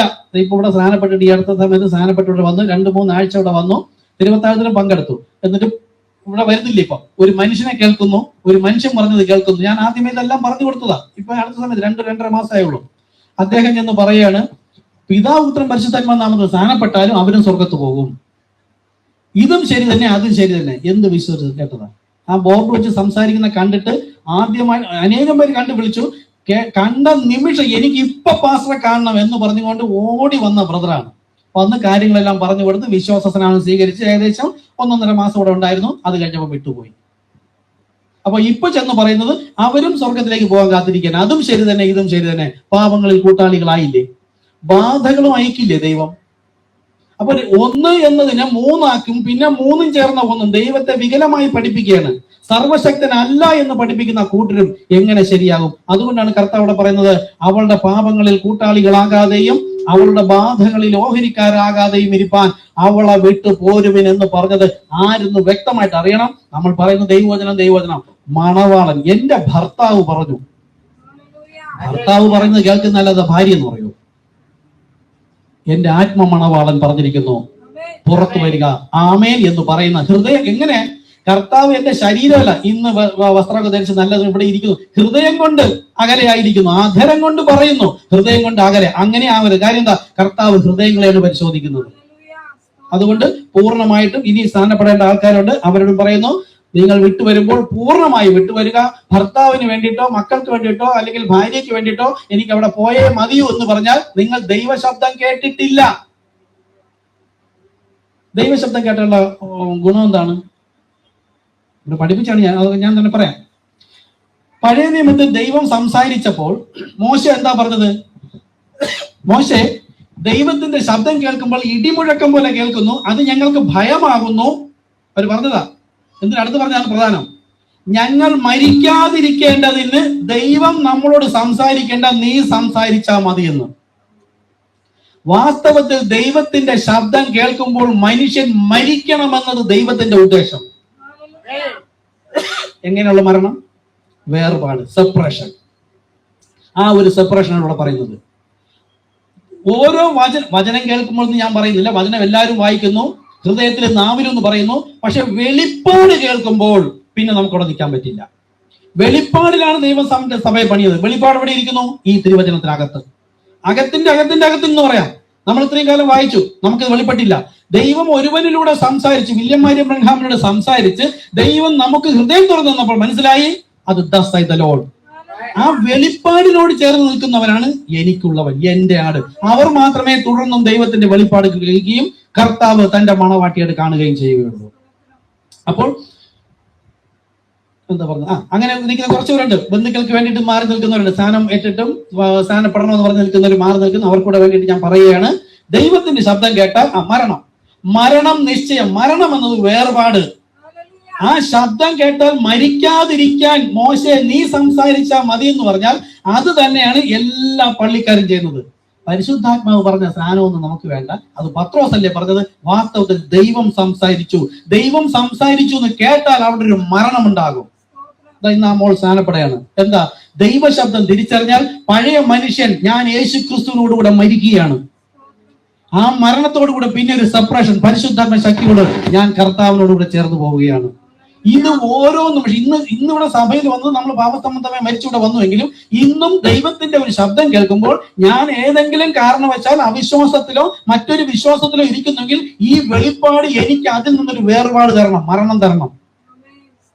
ഇതൊക്കെ ഒരിക്കൽ പറയുന്നത് യേശുക്രിസ്തുവിന്റെ ജീവൻ എന്നിൽ വെളിപ്പെടേണ്ടതിന് യേശുവിന്റെ മരണം ഞാൻ എന്റെ ശരീരത്തിൽ വഹിക്കുന്നു. ശരീരത്തിലാണ് പാപം, ജഡസംബന്ധം. ആത്മാവിനാൽ ജഡത്തിന്റെ പ്രവൃത്തികളെ മരിപ്പിക്കുവൻ, എന്നാൽ ജീവിക്കും. അപ്പൊ ഈ ലോകത്തിന്റെ ഇന്ദ്രിയ പ്രകാരം വരുന്നതെല്ലാം ജഡത്തിന്റെ പ്രവൃത്തികളാണ്, ജഡത്തിന്റെ മോഹമാണ്. ഇന്നും നമ്മളിവിടെ വന്നത് ദൈവ ശബ്ദം കേൾക്കാനാണ്. ആ ശബ്ദം കേൾക്കുമ്പോൾ എന്റെ അവിശ്വാസമാണെങ്കിൽ ഞാൻ എത്ര തന്നെ മണവാട്ടിന്ന് ഞാൻ എന്നെ സീൽ ചെയ്ത് ഉറപ്പിച്ചാലും ദൈവത്തോട് പറഞ്ഞിരിക്കുന്നുവെങ്കിൽ വേർപെടുമ്പോൾ ഒരു മരണം, അതാണ് ദൈവം കാണുന്നത്. ആ മരണം പൂർണ്ണമായാൽ മാത്രമേ മറ്റൊരു ജനനം നടക്കുകയുള്ളൂ, ദൈവത്തിന്റെ ആത്മാവിനാൽ. അതുകൊണ്ട് ദൈവശബ്ദം കേൾക്കരുതെന്നാണ് ലോകത്തിന്റെ ഈ സഭകളുടെ ഇഷ്ടം. അവരുടെ കൂടെ ഇരിക്കാൻ പാടില്ല. ഓക്കെ, അവരുടെ കൂടെ സുവിശേഷം അറിയിക്കാൻ പോകാം, ബന്ധുക്കൾ, വിവാഹവും കാര്യങ്ങളോ വന്നാൽ കുടുംബക്കാരും എല്ലാവരും സഹകരിക്കും, കുഴപ്പമൊന്നുമില്ല. പക്ഷെ ആരാധന സംബന്ധിച്ച് അവരുമായി കൂട്ടുകൂടാൻ പാടില്ല. വിശ്വാസം സംബന്ധിച്ച് അവരുമായി കൂട്ടുകൂടിയാൽ അവരുടെ ഉള്ളിൽ അതേ ആത്മാവ് തന്നെ വ്യാപരിക്കും. ഇവിടെയും വന്നിട്ട് നേരത്തെ വന്നിട്ട് കുഴപ്പമില്ല എന്ന് പറഞ്ഞു പോയവർ ക്രമേണ അവിടെ ചെന്നിരിക്കുമ്പോൾ ആ ആത്മാവ് വ്യാപരിക്കുകയും, അത് പ്രവാചകൻ പറഞ്ഞിരിക്കുന്നു, ഇവിടെ വന്ന് സ്നാനപ്പെട്ട് കഴിഞ്ഞാലും നിങ്ങൾക്ക് അത്യാവശ്യം പെന്തക്കോസ്തിൽ പോകാം. എല്ലാവരും അങ്ങനെ പഠിപ്പിച്ചു. ജോൺ ബ്രദർ വർഷങ്ങൾ ഇപ്പോഴും അവരങ്ങനെ പഠിപ്പിക്കുന്നു. ഇവിടെ വന്ന പാസ്റ്റർമാരെങ്ങനെ പഠിപ്പിച്ചു. ദൈവകൃപയാൽ എനിക്ക് ബോധ്യമായി പോകാൻ പാടില്ല. അപ്പൊ ഞാൻ കർത്താവിനോട് ചോദിച്ചു, എന്നാ പിന്നെ എന്തിനാണ് പ്രവാചകൻ അങ്ങനെ പറഞ്ഞത്? കർത്താവ് പറഞ്ഞ മറുപടി, എല്ലാവരെയും കൂടെ വിളിച്ച് ഞാൻ ഇടാൻ ഉദ്ദേശമില്ല. എന്റെ ആടുകൾ എന്റെ ശബ്ദം കേൾക്കും. ഇങ്ങനെ ഒരു വിളി കേട്ട് പുറത്തേക്ക് വന്നവൻ മാത്രമേ ഇവിടെ നിൽക്കുള്ളൂ. എല്ലാവരും കൂടെ ഇവിടെ വന്നാൽ ഇവിടെ അടിയും വഴക്കും പ്രശ്നവും. അതായത് ഇപ്പൊ വന്ന ഇത് മനുഷ്യനെ കേൾക്കുന്നു. പിന്നെ നേരത്തെ വന്ന കുട്ടികളുടെ പടം വെച്ചിരുന്ന പ്രശ്നം ഉണ്ടാക്കി. അപ്പൊ ശബ്ദം തിരിച്ചറിയാത്തവർ പോകണം. എന്തിനാണ് ഇവിടെ ഒരു പ്രശ്നം ഉണ്ടാക്കണ്ട? അങ്ങനെ പോയവരുണ്ട്. പിന്നെ കുറെ കാലം കഴിഞ്ഞപ്പോ ഇവിടെയും നിന്നു അവിടെയും നിന്നു, അവസാനം ഇവിടെ വിട്ടിട്ട് നേരെ അവിടെ പോയിരിക്കുന്നു. നോക്കൂ, ആ ആത്മാവ് വ്യാപരിച്ചോ നോക്കൂ. അപ്പൊ കർത്താവ് എന്തെങ്കിലും പറഞ്ഞാൽ അതിന് ഉദ്ദേശമുണ്ട്. വല്ല പ്രകാരവും പിന്തിരിഞ്ഞ് നിങ്ങൾ അവരോട് ഇട കലരരുത് എന്ന് പറഞ്ഞാൽ ഇട കലരരുത്. സുവിശേഷമൊക്കെ പറയാം. അവിടെ പള്ളിയിൽ നമ്മളൊക്കെ ട്രാക്ക് കൊടുക്കാൻ പോകുന്ന പള്ളിയിലല്ലേ പോകുന്നത്, കൺവെൻഷനിലല്ലേ പോകുന്നത്. അവിടെ നിൽക്കുക, അവർക്ക് ട്രാക്ക് കൊടുക്കുക. ജീവൻ, നമ്മൾ അവരുടെ ജീവനാണ് കൊണ്ടുപോകുന്നത്. അവർ പുറംകാലിനോട് തട്ടിക്കളഞ്ഞിട്ട് മരണത്തിലേക്ക് പോയിട്ട് ദൈവശബ്ദം കേൾക്കണം, മരണം വേണ്ട എന്ന്. അപ്പോൾ ഇവിടെ സംഘടനാ സഭയിൽ പറഞ്ഞ് അവരുടെ പാപങ്ങളിൽ കൂട്ടാളികളാകാതെയും അവരുടെ ബാധകളിൽ ഓഹരിക്കാരാകാതെയും ഇരിപ്പാൻ അവളെ വിട്ടു പോരുവിനെന്ന് പറഞ്ഞത് നമ്മുടെ മണവാളൻ. ഈ ശബ്ദം കേൾക്കുന്നവരെ മണവാളനുമായിട്ടുള്ള ബന്ധമുണ്ടാവുകയുള്ളൂ. ലോകത്തോടുകൂടെ നടക്കുന്നത് മതിയാക്കി മാനസാന്തരത്തിലും കുഞ്ഞാടിന്റെ രക്തത്താലും നിങ്ങളുടെ വസ്ത്രം വെളുപ്പിച്ചുകൊള്ളുവേൻ. നോക്കൂ, വസ്ത്രം വെളുപ്പാണ്, ശോഭയുള്ളതാണ്. പക്ഷെ എന്തിനാ അവിടെ വീണ്ടും വെളുപ്പിക്കുമെന്ന് പറഞ്ഞത്? ഇതാണ് ഇപ്പൊ പറഞ്ഞത്. ദൈവത്തിന്റെ വചനം എന്നിലേക്ക് വരുമ്പോൾ ശുഭ്രവും ഉള്ള വസ്ത്രമാണ്. അതിൽ ഞാൻ എന്റെ അവിശ്വാസ നിമിത്തം എനിക്ക് ലഭിച്ചത്, ആ വന്ന വചനത്തിലല്ല അഴുക്ക്, എന്നിലേക്ക് വന്ന വിശുദ്ധിയുടെ വസ്ത്രത്തിൽ ഞാൻ കളങ്കപ്പെടുത്തുന്നു. അവിശ്വാസം മൂലം, മറ്റൊരു വിശ്വാസം മൂലം. അപ്പൊ അങ്ങനെ ചെയ്യരുതെന്നാണ് പറയുന്നത്. കുഞ്ഞാടിന്റെ രക്തത്താൽ നിങ്ങളുടെ വസ്ത്രം വെളുപ്പിച്ചുകൊള്ളുവേൻ എന്ന് പറഞ്ഞാൽ എന്താ? ഒരു തെറ്റ് പറ്റിപ്പോയാൽ ഐ സറണ്ടർ ആൾ, കർത്താവിന്റെ സന്നിധിയിൽ പോയി പൂർണ്ണ ഹൃദയത്തോടുകൂടെ. അത് നമ്മൾ കഴിഞ്ഞ ആഴ്ച പഠിപ്പിച്ച 1 യോഹന്നാൻ 2 എന്താ പറയുക? കുഞ്ഞുങ്ങളെ, അപ്പൊ വീണ്ടും ജനനം പ്രാപിച്ചവർ, കുഞ്ഞുങ്ങളെ നിങ്ങൾ പാപം ചെയ്തുവെങ്കിലോ നീതിമാനായ യേശു ക്രിസ്തു എന്ന കാര്യം നമ്മുടെ ദൈവത്തിന്റെ വലതു ഭാഗത്തുണ്ട്. അപ്പോൾ നമ്മൾ പാപങ്ങളെ ഏറ്റു പറയുന്നുവെങ്കിൽ ആ കർത്താവിന്റെ രക്തത്താൽ വീണ്ടും ആ അശുദ്ധമായ വസ്ത്രത്തെ, നീതിയുടെ വസ്ത്രത്തെ നമ്മൾ വെളുപ്പിച്ചു കൊള്ളുക, കർത്താവിനോട് ചേർത്ത് കൊള്ളുക. അപ്പോഴും ബാക്കിയുള്ളവർ നോക്കുമ്പോൾ പറയും നീ പാപിയാണ്. അതൊന്നും കണക്കാക്കണ്ട. നമ്മുടെ നീതിയെ കണക്കുന്ന ദൈവമാണ്, മനുഷ്യനല്ല. ഓക്കെ, കർത്താവ് അനുഗ്രഹിക്കട്ടെ. എന്തുകൊണ്ടെന്നാൽ നാളെ ഒരു പക്ഷേ വൈകിപ്പോയേക്കാം. അതാണ് ഓരോ സമയം തെറ്റിപ്പോയാൽ അപ്പോൾ തന്നെ ഏറ്റു പറഞ്ഞു കൊടുക്കാം. അടുത്ത് ആരുടെ ഫോണാണ്? ഫോണൊന്ന് ഓഫ് ചെയ്ത് വെക്കണേ. അടുത്ത്, ജയിക്കുന്നവന്റെ പേർ ഞാൻ ജീവപുസ്തകത്തിൽ നിന്നും മായ്ച്ചു കളയുകയില്ല. ദൈവവചനത്തിലെ വളരെ പ്രയാസമേറിയ ഒരു ഭാഗമാണിത്. നമ്മളൊക്കെ കൺവെൻഷൻ ട്രാക്ക് കൊടുക്കാൻ പോകുമ്പോഴും നമ്മളായിരുന്ന ചർച്ചിൽ അവരെന്താ പറയുന്നത്? കൺവെൻഷന്റെ പ്രസംഗം അല്ലെങ്കിൽ ചർച്ചിൽ മെസ്സേജ് കൊടുത്തിട്ട് പുതിയതായി വന്നവരും ആരെങ്കിലും ഇന്ന് യേശുക്രിസ്തുവിനെ സ്വീകരിക്കാൻ തയ്യാറുണ്ടോ, സ്നാനപ്പെടാൻ തയ്യാറുണ്ടോ, മുമ്പിലോട്ട് വരിക, ഇന്ന് നിങ്ങളുടെ പേർ ജീവപുസ്തകത്തിൽ എഴുതും. ഇല്ലേ, കേട്ടിട്ടില്ലേ? ഇന്നും നമ്മൾ ട്രാക്ക് കൊടുക്കുമ്പോൾ ഇന്നും അവരതാണ് പറയുന്നത്. പരിശുദ്ധാത്മാവ് ഉണ്ടെങ്കിൽ ഇത്രയും കാലം ഈ തെറ്റ് പഠിപ്പിച്ചിട്ട് ഒരു നിമിഷം കുത്തു കൊടുക്കാതിരിക്കൂ. ഇന്ന് രാത്രി നിങ്ങളുടെ പേർ ജീവപുസ്തകത്തിൽ എഴുതാൻ പോവുകയാണ്. ഇന്ന് മുന്നോട്ട് വരിക. പേരെഴുതുന്ന ഒരു സമ്പ്രദായം ഇല്ല, അത് പണ്ടേ എഴുതി കഴിഞ്ഞ് ലോക സ്ഥാപനത്തിന് മുമ്പേ. നമുക്ക് ഇതാണ് ബൈബിൾ വായിക്കുന്നത്. ഷണ്ടൻ വായിച്ചതുപോലെയാണ് ഈ സംഘടനാ സഭകൾ മുഴുവൻ ബൈബിൾ വായിക്കുന്നത്. അതുകൊണ്ടാണ് അവരുടെ കൂടെ ഇരിക്കരുതെന്ന് പറഞ്ഞത്. ദൈവകൃപയാൽ ഒരു വ്യക്തിയുടെ വില്യമാരി ബ്രഹാമിനെ വെളിപ്പെടുത്തി നമുക്കിത് വിശ്വസിച്ചപ്പോൾ ദൈവം ഹൃദയം തുറന്നു തന്നു. അതാ വെളിപ്പാട് പുസ്തകം 3:22 പറഞ്ഞത്, ഞാൻ ഹൃദയവാതിൽക്കൽ നിന്ന് മുട്ടുന്നു, ആരെങ്കിലും എന്റെ ശബ്ദം കേട്ട് വാതിൽ തുറന്നാൽ വില്യം ബ്രഹാം വരുമെന്നല്ല, ഞാൻ അകത്ത് വരികയും ഞാൻ അവനോടും അവൻ എന്നോടും അത്താഴം. അതാണ് ഇത്. സംഘടനാ സഭയിൽ കിട്ടുന്ന ആഹാരമല്ല, ഇത് മണവാട്ടിക്ക് വേണ്ടിയുള്ള ആഹാരമാണ്. ഇത് തമ്മിൽ കഴിക്കണം. ഇതിൽ പിന്നെ അവിശ്വാസം കലർത്തരുത്, എങ്കിൽ വസ്ത്രത്തിൽ അഴുക്ക് പറ്റും. അപ്പോ ജയിക്കുന്നവൻ എന്ന് പറഞ്ഞാൽ ഇതിനകത്ത് വന്നാലും പരീക്ഷയുണ്ട്. എപ്പോൾ മുതൽ? വിശ്വാസ സ്നാനം സ്വീകരിക്കുന്നത് പോലെ യേശു സ്നാനമേറ്റി കയറിയപ്പോൾ പരിശോധകൻ അടുക്കൽ വന്നു. അതുപോലെ കർത്താവിനോടൊപ്പം നിന്ന് കഴിഞ്ഞാൽ നമുക്ക് കർത്താവിനോടൊപ്പം പോകാം. അതിന്റെ മാതൃകയാണ് എബ്രായ ബാലന്മാരുടെ ജീവൻ. 7 ഇരട്ടി തീ വർദ്ധിപ്പിച്ചിട്ടും അവരുടെ ജീവൻ അവൻ വില കൽപ്പിച്ചില്ല. ഈ ലോകത്തെ ജീവനെ സ്നേഹിക്കുന്നവൻ അതിനെ കളയുന്നു. ഇതിനെ കളയുന്നവൻ അതിനെ കണ്ടെത്തുന്നു. അവരുടെ വിശ്വാസം 7 ഇരട്ടി വർദ്ധിപ്പിച്ചു. അപ്പോഴും അവര് പറഞ്ഞില്ല, യേശു നമ്മളെ സഹായിക്കും, നമുക്ക് പോകണ്ട, യേശു ഇപ്പൊ വരും, അവരെടുത്ത് ഇട്ടപ്പോൾ പോകുമ്പോൾ ഇപ്പൊ വരും എന്നൊന്നും വിചാരിച്ചില്ല. നീ എടുത്ത് അതിനകത്ത് ഇട്ടാലും മരണപര്യന്തേ വിശ്വസിക്കാൻ കർത്താവ് എന്നോട് പറഞ്ഞിരിക്കുന്നു. യേശു ക്രിസ്തു പറഞ്ഞു, എന്നിൽ വിശ്വസിച്ചുകൊണ്ട് ജീവിച്ചിരുന്ന എന്നിൽ വിശ്വസിക്കുന്നവൻ മരിച്ചാലും ജീവിക്കും. നോക്കുക, തീക്കകത്ത് ചെന്നപ്പോൾ അവർ പ്രത്യാശ വെച്ചിരുന്ന കർത്താവ് അതിനകത്താ. അതാണ് പ്രതികൂലത്തിന്റെ നടുവിലാണ് പോക്കുവഴി. അല്ല ഞാൻ വിശ്വസിക്കുന്നു എന്ന് പറഞ്ഞ് മാറി നിൽക്കുമ്പോഴല്ല. അപ്പോൾ പ്രതികൂലം നോക്കും, അതാണ് ജയം. ആ ജയിക്കുന്നവന്റെ പേർ ജീവിതത്തിൽ നിന്ന് മായ്ച്ചു കളയുകയില്ല, തോൽക്കുന്നവന്റെ പേർ മായ്ക്കും. അപ്പോൾ പേര് എഴുതിയിട്ടത് ലോകസ്ഥാപനത്തിന് മുമ്പേ പലരുടെയും പേര് മായ്ക്കുന്നുമുണ്ട്. നോക്കുക, പിതാവ് എനിക്ക് തരുന്നതൊക്കെയും എന്റെ അടുക്കൽ വരും, എന്റെ അടുക്കൽ വരുന്നവനെ ഞാൻ ഒരു നാളും തള്ളിക്കളയുകയില്ല. ഹല്ലേലൂയ. ഞാൻ എന്റെ ഇഷ്ടമല്ല, എന്നെ അയച്ചവന്റെ ഇഷ്ടമത്രേ ചെയ്യുവാൻ സ്വർഗത്തിൽ നിന്ന് ഇറങ്ങി വന്നിരിക്കുന്നത്. ഇത് തന്നെയാണ് നമ്മുടെ മേൽ വരുന്ന വചനം. നമ്മൾ എവിടെ ഉണ്ടായിരുന്നു?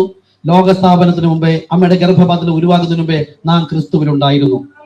അപ്പൊ യേശു ക്രിസ്തു സ്വർഗത്തിൽ വിട്ട് ഭൂമിയിലേക്ക് വന്ന് മനുഷ്യ സ്വരൂപത്തിലും സാദൃശ്യത്തിലും ആയതുപോലെ ഞാൻ ക്രിസ്തുവിനോടൊപ്പം അവരുമായി ചേർന്ന് ഏകാത്മാവായിരുന്ന എന്നെ ഒരു കാലപരിധിയിൽ കർത്താവ് എന്നെ ഭൂമിയിലേക്ക്, സ്വർഗത്തിൽ നിന്ന് ഭൂമിയിലേക്ക് അയച്ചു. പക്ഷെ ഞാൻ ഇടയിലില്ലാത്ത ആളുകളെ പോലെ തെറ്റി നടന്നു. അതിനെ ഒരിക്കൽ സ്വർഗത്തുണ്ടായിരുന്ന തെറ്റിപ്പോയതിനെ വീണ്ടും തെരഞ്ഞെടുക്കുന്നതാണ് വീണ്ടെടുപ്പ്.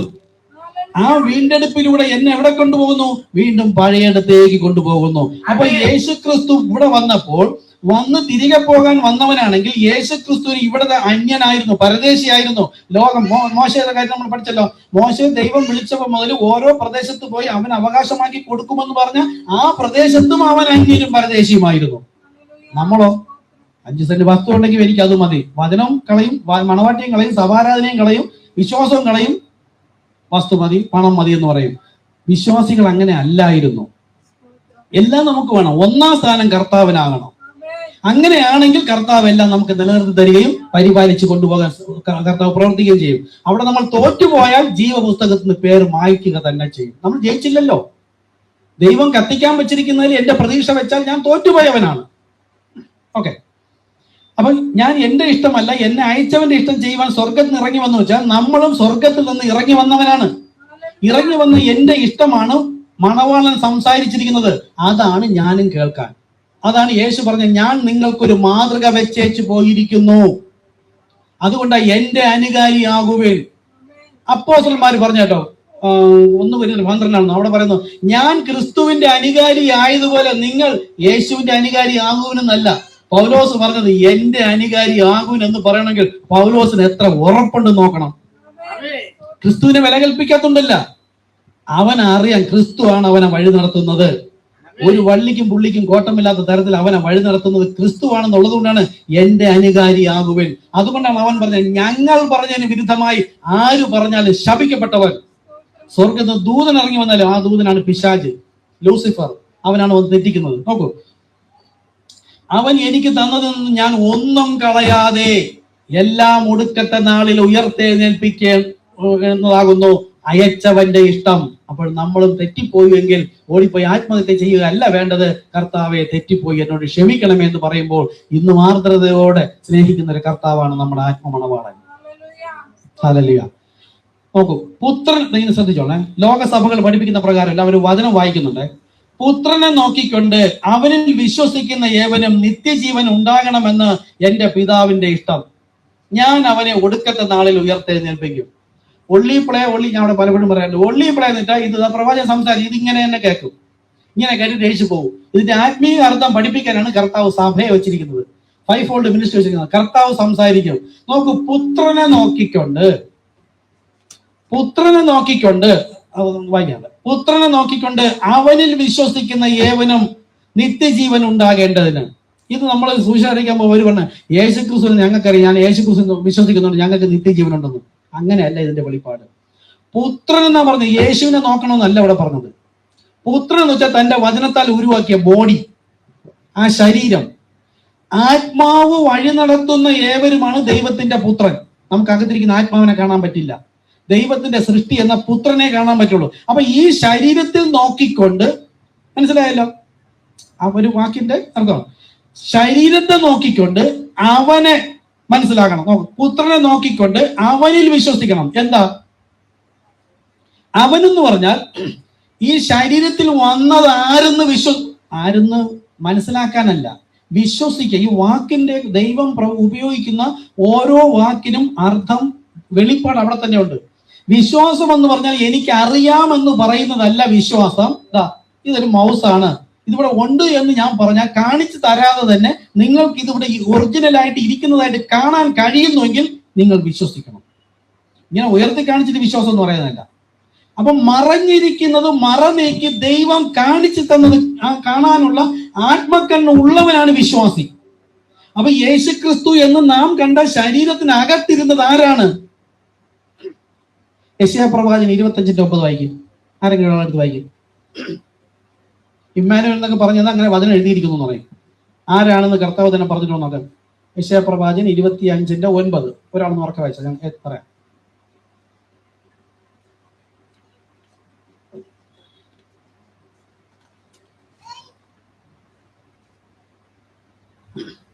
ഉറക്കെ വായിക്കും. കിട്ടിയ ഒരാളെ വായിക്കും. അന്നാളിൽ ശ്രദ്ധിക്കണേ, പഴയ നിയമത്തിൽ പറയണേ, ഇതാ നമ്മുടെ ദൈവം, അവനെ അത്രേ നാം കാത്തിരുന്നത്, അവൻ നമ്മെ രക്ഷിക്കും, അവൻ തന്നെ യഹോവ. അവനെ എത്രേ നാം കാത്തിരിക്കുന്നത്. ഈ ശരീരത്തെ നോക്കിക്കൊണ്ട് അവനെ വിശ്വസിക്കാൻ പറഞ്ഞാൽ, ശരീരം നമ്മൾ കണ്ട യേശു വേറെയാണെന്നാണ് ലോകം പഠിപ്പിക്കുന്നത്. ശരീരത്തിനുള്ളിലിരുന്ന ആര്? യഹോവയായ ദൈവം. വചനം പറയുന്നു അവൻ വന്ന് നമ്മെ രക്ഷിക്കും. ഒരു വചനം കൂടെ, യെശയ്യാ പ്രവാചകൻ 43:11. അവൻ യഹോവ വന്ന് രക്ഷിക്കുമെന്ന് പറഞ്ഞാൽ ഇവിടെ വന്നത് യഹോവ തന്നെയാണോ, യഹോവയാണോ രക്ഷിക്കുന്നവന് നമുക്ക് നോക്കാം. ഞാൻ തന്നെ യഹോവ, ഞാൻ അല്ലാതെ ഒരു രക്ഷിതാവുമില്ല. ആമേൻ. അപ്പോൾ തീത്തോസിൽ പറഞ്ഞിരിക്കുന്നു രക്ഷിതാവായ യേശു ക്രിസ്തു. ലോകം ഇത് രണ്ടെന്ന് പഠിപ്പിക്കുന്നു. ഞാൻ അല്ലാതെ മറ്റു ഒരു രക്ഷിതാവും ഇല്ലെന്ന് ദൈവം പറഞ്ഞതിനെ അവിശ്വസിക്കുന്നു എന്നതിന് തെളിവല്ലേ രണ്ടാമത്തെ വ്യക്തിയായ യേശു ക്രിസ്തു. രണ്ടാമത്തെന്ന് പറയുന്നതുകൊണ്ടാ. അല്ല എങ്കിൽ യേശു ക്രിസ്തു തന്നെയാണ് രക്ഷിതാവ്. കാര്യം എന്താ? ഈ ശരീരത്തിൽ വന്നപ്പോൾ പാപങ്ങളുടെ മോചനത്തിനായി അവൻ യേശു ക്രിസ്തു നാമം സ്വീകരിച്ചു. ഇതെവിടെ പറയുന്നു? യെശയ്യാ പ്രവാചകൻ 29:8-9 പറയുന്നുണ്ട്, അന്നാളിൽ ഞാൻ ഇസ്രായേലിന്റെ നടുവിൽ എന്റെ നാമം വെളിപ്പെടുത്തും. യഹോവ എന്നും ഞാനാകുന്നവൻ ഞാനെന്നും ഏലോഹിം മൽക്കിസ ഇങ്ങനെ പല പേരിൽ അറിയപ്പെട്ട ദൈവം പറയണേ, ഇസ്രായേലിന്റെ നടുവിൽ ഞാൻ എന്റെ നാമം വെളിപ്പെടുത്തും. അങ്ങനെ ഇസ്രായേലിന്റെ നടുവിൽ ഗബ്രിയേൽ ദൂതൻ മുഖാന്തരമായി വന്ന് പറഞ്ഞതാണ്, കന്യക ഗർഭിണിയായ ഒരു മകനെ, ശരീരം മാത്രമേ എടുത്തുള്ളൂ, ആ ശരീരത്തിൽ വരുന്ന അകത്തെ മനുഷ്യന് പേരിടും, അവന് യേശു എന്ന് പേരിടണം. പേര് വെളിപ്പെടുത്തി. ഇനി യെശയ്യാ പ്രവാചകൻ 35:4-6 വരെ ഇത് വായിച്ച് നമുക്ക് ഇതിലേക്ക് വരാം. അതായത് യേശുക്രിസ്തുവിൽ വിശ്വസിക്കുന്നവന് നിത്യജീവൻ എന്ന് പറയുമ്പോൾ സംഘടനാ സഭയെല്ലാം യേശുക്രിസ്തുവിൽ വിശ്വസിക്കുന്നു എന്ന് പറഞ്ഞാൽ അങ്ങനെ അല്ല വിശ്വസിക്കേണ്ടതെന്ന് എന്നതിന്റെ ഇണവചനമാണ്. ഈ ശരീരത്തിന് ഉള്ളിൽ ഇരിക്കുന്നത് ആരാണെന്ന് തിരിച്ചറിയണം. വായിക്കും ബ്രദർ, യെശയ്യാ 35:4-6 വരെ. അവിടെ നമ്മൾ നേരത്തെ വായിച്ചതിന്റെ ഒരു ഇണവചനമാണ് യെശയ്യാ പ്രവാചകൻ 25:9 അതേ ഒരു ഇണവചനം. മനോഭീതി ഉള്ളവരോട് ധൈര്യപ്പെടുവിൻ, ഭയപ്പെടേണ്ട, ഇതാ നിങ്ങളുടെ ദൈവം, പ്രതികാരവും ദൈവത്തിന്റെ പ്രതിഫലവും വരുന്നു, അവൻ നിങ്ങളെ രക്ഷിക്കുമെന്ന് പറവിൻ. മതി. അപ്പൊ ഇവിടെയും രക്ഷിതാവാരാ? യഹോവയായ ദൈവം തന്നെ. അവൻ വന്നു നിങ്ങളെ രക്ഷിക്കുമെന്ന് പറവിൻ. ഈ രക്ഷിതാവാണ് യേശു ക്രിസ്തു. ആരാണ്? യഹോവ തന്നെയാണ്. ഈ വചനം ഇങ്ങനെ പറഞ്ഞിരിക്കെ പിന്നെ എങ്ങനെ ഇവർക്ക് രണ്ടാകും? അപ്പോൾ അവരാരാണ്? പാപത്തിൽ മരിച്ച കൂട്ടർ. കത്തോലിക്ക മുതൽ പെന്തക്കോസ്ത് വരെ ഇരിക്കുന്നവരും ഇവിടെ ഇരുന്നിട്ട് ഇത് അവിശ്വസിക്കുന്നെങ്കിലും അവരുടെ കൂട്ടത്തിൽ തന്നെയാണ് പാപങ്ങളിൽ കൂട്ടാളികൾ. അപ്പം പുത്രനെ നോക്കിക്കൊണ്ട് അവനിൽ വിശ്വസിക്കുന്നവന് നിത്യജീവൻ ഉണ്ടെന്ന് പറഞ്ഞാൽ, പുത്രനെ നോക്കിയിട്ട് ഞാൻ വിശ്വസിക്കുന്നു, യോഹന്നാൻ സുവിശേഷം 16:32 പറയാണ്, യേശു ക്രിസ്തു ദൈവത്തിന്റെ പുത്രൻ എന്ന് വിശ്വസിക്കേണ്ടതിന് ഇത് എഴുതിയിരിക്കുന്നു. അതെ, ഇങ്ങനെയൊക്കെ തന്നെയാണ് പറയുന്നത്. എപ്പോഴും ദൈവത്തിന്റെ വചനം മരണത്തിനായും പറയും, ജീവനായും പറയും. ശാപവും അനുഗ്രഹവും ഞാൻ നിങ്ങൾക്ക് വെക്കുന്നു, അല്ലേ? ഏദൻ തോട്ടത്തിൽ പിശാചിനെ കൊണ്ട് വെച്ചാരാ? ദൈവം തന്നെയാണ്. നന്മ തിന്മകളുടെ വൃക്ഷം വെച്ചതാരാ? ദൈവം തന്നെയാണ്. അത് കേട്ടാൽ മരണം. ജീവവൃക്ഷം വെച്ചതാരാ? ദൈവം തന്നെയാണ്. അപ്പൊ ജീവനും നൽകും, മരണവും നൽകും. എന്നിട്ട് നമുക്കെന്ത് നൽകുന്നു? ചോയ്സ് നൽകുന്നു. ശരി ഏത് തെറ്റേത് ദൈവം പറഞ്ഞിട്ട് ചോയ്സ് നമുക്ക് തരും. അപ്പം പഴയ നിയമത്തിലും സുവിശേഷങ്ങളിൽ നിന്ന് നമുക്ക് തന്ന ചോയ്സ് ഏതാണ്? പരിശുദ്ധാത്മാവ്. അവൻ നിങ്ങളെ സകല സത്യത്തിലും വഴി നടത്തും. പിതാവ്, പുത്രൻ, പരിശുദ്ധാത്മാവെന്ന് യേശു പറഞ്ഞതല്ലേ കേൾക്കാൻ എന്ന് പറഞ്ഞാൽ സകല സത്യത്തിലും വഴി നടത്തുമെന്ന് പറഞ്ഞാൽ അത് ഭോഷ്കിന്റെ ആത്മാവല്ല. പരിശുദ്ധാത്മാവ് വരുമ്പോൾ നാമം വെളിപ്പെടുത്തിയാൽ അതിനോടൊപ്പം നിന്നോളണം. ഇത് കേൾക്കാത്തവൻ പരിശുദ്ധാത്മാൻ ദുഃഖിപ്പിക്കുന്നു, മരണകരമായ പാപം. അപ്പൊ യേശുവിനെ അല്ലെങ്കിൽ പുത്രനെ നോക്കിക്കൊണ്ട്, യേശുവിനല്ല പുത്രനെ നോക്കിക്കൊണ്ട് അവനിൽ വിശ്വസിക്കണം എന്ന് പറഞ്ഞാൽ അകത്തിരുന്നവൻ ആരാണെന്ന് തിരിച്ചറിയുന്നവനാണ് നിത്യജീവൻ. മനസ്സിലായോ? നിത്യജീവൻ ലഭിക്കുന്ന എങ്ങനെ? പാപം മോചിച്ച ശേഷം. അപ്പൊ എന്താണ് പാപം? യോഹന്നാൻ 8:24 KJV വേർഷൻ, ഇംഗ്ലീഷിലാണ്, മലയാളത്തില് വേറെയാണ് എടുത്തിരിക്കുന്നത്. ഇംഗ്ലീഷിൽ പറയുന്നത്, if you not believe that I am he you shall die in your sin. ഞാൻ തന്നെ അവൻ, അതായത് ഈ പിതാവ് എന്ന് നിങ്ങൾ പറയുന്ന അത് ഞാൻ തന്നെ എന്ന് വിശ്വസിച്ചില്ലെങ്കിൽ നിങ്ങൾ നിങ്ങളുടെ പാപത്തിൽ മരിക്കും. അപ്പൊ പാപത്തിൽ മരിച്ചിരിക്കാതെ എന്ത് ചെയ്യണം? ഈ ശരീരത്തിൽ വന്ന ഞാൻ തന്നെയാണ് നിത്യപിതാവ്, വീരനാം ദൈവം എന്ന് വിശ്വസിക്കുന്നവൻ. അത് അവർ വിശ്വസിക്കുന്നുണ്ട്, പറയുന്നുണ്ട്, പക്ഷെ ഹൃദയം കൊണ്ട് വിശ്വസിക്കുന്നില്ല. അത് രണ്ടെന്ന് പറയുമ്പോൾ അവരാരും നിത്യജീവൻ പ്രാപിച്ചവരല്ല. നമുക്കെങ്ങനെ അവരുടെ കൂട്ടത്തിൽ പോയിരിക്കാൻ പറ്റും? അതും ദൈവസഭയാണ്, അവരും എടുക്കപ്പെടുമെന്ന് എങ്ങനെ പറയാൻ പറ്റും? എങ്കിൽ യേശു പറഞ്ഞ നോഹയുടെ കാലം പോലെ ആകും എന്ന് പറഞ്ഞ വചനം തെറ്റിപ്പോവില്ലേ? വാതിൽ ഇടുക്കമുള്ളത്, വഴി ഞെരുക്കമുള്ളത്, കണ്ടെത്തുന്നവർ ചുരുക്കം എന്ന് പറഞ്ഞ് തെറ്റിപ്പോവില്ലേ? വിളിക്കപ്പെട്ടവർ അനേകർ, തിരഞ്ഞെടുക്കപ്പെടുന്നവർ ചുരുക്കം എന്ന് പറഞ്ഞ് തെറ്റിപ്പോവില്ലേ? നോഹയുടെ കാലം പോലെ ആകും എന്ന് പറഞ്ഞ് തെറ്റിപ്പോവില്ലേ? സോദോമിന്റെ നാളുകൾ പോലെ ആകും എന്ന് പറഞ്ഞ് തെറ്റിപ്പോവില്ലേ? ചെറിയ കൂട്ടമേ ഭയപ്പെടേണ്ടെന്ന് പറഞ്ഞ് തെറ്റിപ്പോവില്ലേ? ചെറിയ കൂട്ടത്തിനാണ് താക്കോൽ കൈമാറുന്ന പറഞ്ഞ് തെറ്റിപ്പോവില്ലേ? ഇവിടെ നിന്ന് അവിടെ നിന്നും നോക്ക്, യേശു പറഞ്ഞ എത്രയോ വചനം തെറ്റും. ഈ സംഘടനാ സഭകൾ പറയുന്നതെല്ലാം ശരിയാണെങ്കിൽ അപ്പോൾ വിളിച്ചു വേർതിരിക്കപ്പെട്ട ചെറിയൊരു കൂട്ടർ, അതാണ് ദൈവജനം. ആത്മാവ് പറഞ്ഞതിനോടൊപ്പം അങ്ങ് മുന്നോട്ട് പോവുക. കർത്താവ് നമ്മെ സഹായിക്കും.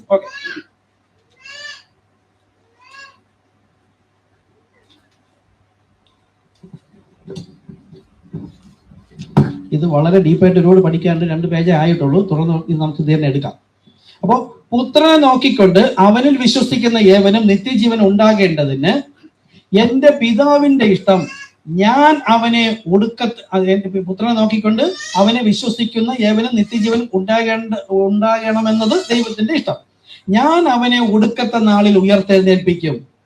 ഞാൻ സ്വർഗത്തിൽ നിന്ന് ഇറങ്ങി വന്ന അപ്പം എന്ന് അവൻ പറഞ്ഞതിനാൽ യഹൂദന്മാർ അവനെ പിറുപിറുത്തു. ഇവൻ ജോസഫിന്റെ പുത്രനായ യേശുവല്ലയോ? സ്വർഗത്തിൽ നിന്ന് ഇറങ്ങി വന്ന അപ്പം എന്ന് പറഞ്ഞാൽ അപ്പം മന്ന. ആ മന്ന ഈ കണ്ട മറിയിൽ നിന്ന് ജനിച്ചു വന്നവൻ എന്നാണ് പറയുന്നത്. അവിടെ യേശു പറഞ്ഞത് എന്റെ രക്തം കുടിക്കാതെയും എന്റെ മാംസം തിന്നാതെയും ഇരിക്കുന്നവനിൽ ജീവനില്ല. ഇതാണ് യേശു മരണത്തിനായി പറഞ്ഞത്. ആക്ഷരികമായി സംസാരിച്ചു. അതിന്റെ ആത്മീക വെളിപ്പാട് ആർക്ക് പിടികിട്ടി? എന്റെ ആടുകൾ എന്റെ ശബ്ദം കേൾക്കും. പത്രോസ് പറഞ്ഞു നിത്യജീവ മൊഴികൾ നിന്നിലുണ്ട്, നിന്നെ വിട്ടിട്ട് എവിടെ പോകാനാ? അപ്പൊ എന്റെ ആടുകൾ മാത്രമേ ദൈവശബ്ദം കേൾക്കുള്ളൂ. പിതാവ്, പുത്രൻ, പരിശുദ്ധാത്മാവ് എന്നാണ് ഇന്നും കേട്ടോണ്ടിരിക്കുന്നെങ്കിൽ നിങ്ങൾ ദൈവത്തിന്റെ ആടല്ല. കർത്താവായ യേശു ക്രിസ്തു എന്ന് കേൾക്കുന്നുവെങ്കിലാണ് നിങ്ങൾ ദൈവത്തിന്റെ ആട്. ഞാൻ സ്വർഗത്തിൽ നിന്ന് ഇറങ്ങി വന്ന അപ്പം എന്ന് അവൻ പറഞ്ഞതിനാൽ യഹൂദന്മാർ അവനെ പിറുപിറുത്തു. ഇവൻ ജോസഫിന്റെ പുത്രനായ യേശു അല്ലയോ? അവന്റെ അപ്പനെയും അമ്മയും നാം ഇവിടെ അറിയുന്നു. കണ്ടോ, ഒരു വെളിപ്പാട് പറഞ്ഞപ്പോൾ അവർ ആക്ഷരികമായി ഗ്രഹിക്കാൻ ശ്രമിക്കുകയാണ്, ബുദ്ധിയിൽ ഗ്രഹിക്കാൻ ശ്രമിക്കുകയാണ്. അവിടെയാണ് മരണം. ഞാൻ ഒടുക്കത്തെ നാളിൽ അവനെ ഉയർത്തെഴുന്നേൽപ്പിക്കും. നോക്കൂ, യേശു തെരഞ്ഞെടുത്തവർ രക്ഷിക്കപ്പെടും എന്ന വചന സത്യത്തെ വിശ്വസിക്കാത്തവർ പറയുന്നത് എല്ലാവരും രക്ഷിക്കപ്പെട്ട് നിത്യജീവൻ പ്രാപിക്കും എന്നതിനാൽ ആരുടെയും പേർ ജീവപുസ്തകത്തിൽ നിന്ന് മായ്ച്ചു കളയുകയില്ല എന്നാണ്. അത് പിശാചാണ് അവരിലൂടെ സംസാരിക്കുന്നത്. മേൽപ്പറഞ്ഞ വാക്യങ്ങളിൽ നിന്ന് അർത്ഥമാക്കേണ്ടത് എന്താണ്? ജീവപുസ്തകത്തിൽ പേർ ചേർത്തപ്പെട്ടാലും മായ്ക്കപ്പെടുന്ന സംഭവം ഉണ്ട്. എഴുന്നേൽക്കാം. നമ്മുടെ പേർ ജീവപുസ്തകത്തിൽ എഴുതപ്പെട്ടതിനായി നമുക്ക് കർത്താവിനെ സ്തുതിക്കാം. ഈ പേർ മായ്ക്കപ്പെടുമോ? എങ്ങനെയാണ് മായ്ക്കപ്പെടുന്നത് എന്നതാണ് നമ്മൾ ഇതുവരെ പഠിച്ചത്. അവരുടെ പാപങ്ങളിൽ കൂട്ടാളികളാകാതെയും അവളുടെ ബാധകളിൽ ഓഹരിക്കാരാകാതെയും ഇരിപ്പാൻ. കണ്ണടച്ചിരിക്കുക. അവളെ വിട്ട് പോരുവിൻ എന്ന് വചനം പറഞ്ഞാൽ, പുത്രനെ നോക്കിക്കൊണ്ട് അവനിൽ വിശ്വസിക്കണമെന്ന് പറഞ്ഞാൽ പുത്രനെ നോക്കിക്കൊണ്ട്, ശരീരത്തെ നോക്കിക്കൊണ്ട് അകത്തിരുന്ന് സംസാരിച്ചത് അത് ദൈവം തന്നെയാണ്, അത് ഒരുവനാണ് എന്ന് വിശ്വസിക്കുന്നവന് ജീവപുസ്തകത്തിൽ നിന്ന് പേര് മാറ്റി കളയുകയില്ല. ഇത് രണ്ടെന്നോ മൂന്നെന്നോ, മൂന്നും ചേർന്ന ഒന്നെന്നോ, അല്ലെങ്കിൽ യേശുക്രിസ്തു വേറെയാണ് എന്ന് എഴുതിയിട്ടുണ്ട്. യേശുക്രിസ്തുവിന്റെ പിതാവായ ദൈവം, അവിടെ യേശുക്രിസ്തു എന്നത് ഒരു ക്രിസ്തു വിശ്വാസിക്ക് മോഡലാകുന്നു. ഒരു ക്രിസ്തു വിശ്വാസിക്ക് എപ്പോഴും പിതാവുണ്ട്, നമുക്കുണ്ട് പിതാവ്. നമ്മൾ എങ്ങനെയാണ് പുത്രനാകുന്നത്? ആത്മാവ് വഴി നടത്തുന്നത് കൊണ്ട് മാത്രം. അതുകൊണ്ടാണ് യേശു സ്നാനമേറ്റ് പരിശുദ്ധാത്മാവ്, ആത്മാവ് അവനെ വഴി നടത്തിയ എന്ന് പറഞ്ഞപ്പോൾ അപ്പോൾ തന്നെ പിതാവ് പറയുന്നു, ഇവൻ എന്റെ പ്രിയപുത്രൻ, ഇവനിൽ വസിപ്പാൻ ഞാൻ പ്രിയപ്പെടുന്നു എന്ന്. ആ പരിശുദ്ധാത്മാവ് വസിക്കുന്ന മന്ദിരത്തെയാണ് ദൈവത്തിന്റെ മന്ദിരം എന്ന് പറയുന്നത്. പരിശുദ്ധാത്മാവ് മൂന്നാമത്തെ വ്യക്തിയല്ല, പരിശുദ്ധാത്മാവ് തന്നെയാണ് ദൈവം. ആ പരിശുദ്ധൻ ദൈവം മാത്രമെന്ന് പറഞ്ഞ ആ പരിശുദ്ധൻ ആയ ആത്മാവ് തന്നെയാണ് ദൈവം, മറ്റൊരുവനല്ല. അപ്പോൾ രണ്ടെന്നോ മൂന്നെന്നോ, മൂന്നും ചേർന്നോ ഒന്നെന്നോ പഠിപ്പിക്കുന്നുവെങ്കിൽ നിങ്ങൾക്ക് നിത്യജീവനില്ല, നിങ്ങളുടെ പേർ ജീവപുസ്തകത്തിൽ മായ്ച്ചു കളയും. ഇത് കേൾക്കുന്ന ആരെങ്കിലും ഉണ്ടെങ്കിൽ, നിങ്ങൾ ഇത് വിശ്വസിക്കുന്നുവെങ്കിൽ, കൂടുതൽ അറിയാൻ താല്പര്യമുള്ളവർ വിളിക്കുക. കരുണയുള്ള കർത്താവെ, പ്രാർത്ഥിക്കാം. കരുണയുള്ള കർത്താവെ, ഐ സറണ്ടർ ആൾ. എപ്പോഴെങ്കിലും ഒരു അവിശ്വാസം എന്നിൽ കടന്നു പോയിട്ടുണ്ടെങ്കിൽ കരുണയുള്ള കർത്താവെ എന്നോട് പൂർണ്ണമായി ക്ഷമിക്കണമേ എന്ന് പ്രാർത്ഥിക്കുന്നു. കർത്താവ് യേശു, അങ്ങയുടെ വെളിപ്പാടിനാൽ ജീവിപ്പാൻ, ദിനം പ്രതി പുതുക്കത്തിന്റെ ആത്മാവ് പ്രാപിപ്പാൻ അങ്ങയുടെ ആത്മാവിനാൽ വഴി നടത്തപ്പെടണമേ എന്ന് പ്രാർത്ഥിക്കുന്നു. കർത്താവെ, അങ്ങയുടെ ആത്മാവില്ലാത്തവൻ എനിക്കുള്ളതല്ല എന്ന് പറയുന്നു. കർത്താവെ യേശു, അങ്ങയുടെ ആത്മാവിനോട് കൂടെ ചേർന്ന് ഓരോ നിമിഷവും ക്രിസ്തുവിൽ നിന്ന് പ്രാപിച്ചുകൊണ്ട് മുൻപോട്ട് ജീവിപ്പാൻ പരിശുദ്ധാത്മാവെ സഹായിക്കണമേ. ലോകത്തിന്റെ ജ്ഞാനം ദൈവം ഭോഷത്വമാക്കിയിരിക്കുന്നു. കരുണയുള്ള കർത്താവെ, ജ്ഞാനികളെ ലജ്ജിപ്പാൻ ദൈവം ഭോഷമായതിനെ തിരഞ്ഞെടുത്തു. എന്നാലും നമ്മൾ സംസാരിക്കുന്നത്, പ്രവാചകനോട് സംസാരിച്ചത് ഭോഷത്വത്തിന്റെ പ്രസംഗം എന്ന ലോകം മുഴുവൻ പറയുമ്പോൾ ആ ഭോഷത്വത്തിന്റെ പ്രസംഗത്തിനിടയിൽ നിന്നും കർത്താവ് ചിലരെ വീണ്ടെടുത്ത മഹാകൃപയ്ക്കായി നന്ദി. അത് നമ്മളാകുന്നു കർത്താവെ, നമ്മെ അവിടെ നിന്ന് വിളിച്ച് വേർതിരിച്ച മഹാകൃപയ്ക്കായി നന്ദി. ലോകത്തോട് സത്യം വിളിച്ചു പറയുവാൻ തക്കണം പരിശുദ്ധാത്മാവെ സഹായിക്കണമേ. ലോകം ഇതിന് അന്യരായിരിക്കുന്നു, പരദേശികളായിരിക്കുന്നു, കർത്താവ് നിത്യജീവൻ പ്രാപിക്കാതിരിക്കുന്നു. എന്നാൽ അവർ അവകാശപ്പെടുന്നു ഞങ്ങൾ മണവാട്ടിയാണ്, നിത്യജീവൻ ഉണ്ടെന്ന്. ഒരിക്കലുമില്ല. ആദ്യത്തെ വിശ്വാസ സ്നാനത്തിന്റെ കടക്കൽ തന്നെ നാമത്തെ തള്ളിക്കളഞ്ഞുകൊണ്ട് നാമമല്ലാത്ത 3 വാക്കുകളെ പറയുന്നു. അവർ നാമത്തിൽ വിശ്വസിക്കുന്നില്ല എന്നതിന്റെ തെളിവാണ്. കാരണം വചനം പറയുന്നു, അവനെ കൈക്കൊണ്ട് അവന്റെ നാമത്തിൽ വിശ്വസിക്കായകയാൽ തന്നെ ന്യായവിധി വന്നു കഴിഞ്ഞു. നമ്മളും അങ്ങനെ ഒരു കൂട്ടത്തിലായിരുന്നു. കർത്താവെ, കാലത്തികവിൽ അങ്ങയുടെ സന്ദേശം വചനം തേടി വന്ന് നമ്മെ തെരഞ്ഞെടുത്തതിനായി നന്ദിയോടെ സ്തുതിക്കുന്നു. കർത്താവെ, മരണപര്യന്തം അല്ലെങ്കിൽ ജീവപര്യന്തം വിശ്വസ്തരായിരിക്കാൻ നമ്മെ സഹായിക്കണമെന്ന് പ്രാർത്ഥിക്കുന്നു. യേശുക്രിസ്തു നാമത്തിൽ തന്നെ. ആമേൻ, ആമേൻ.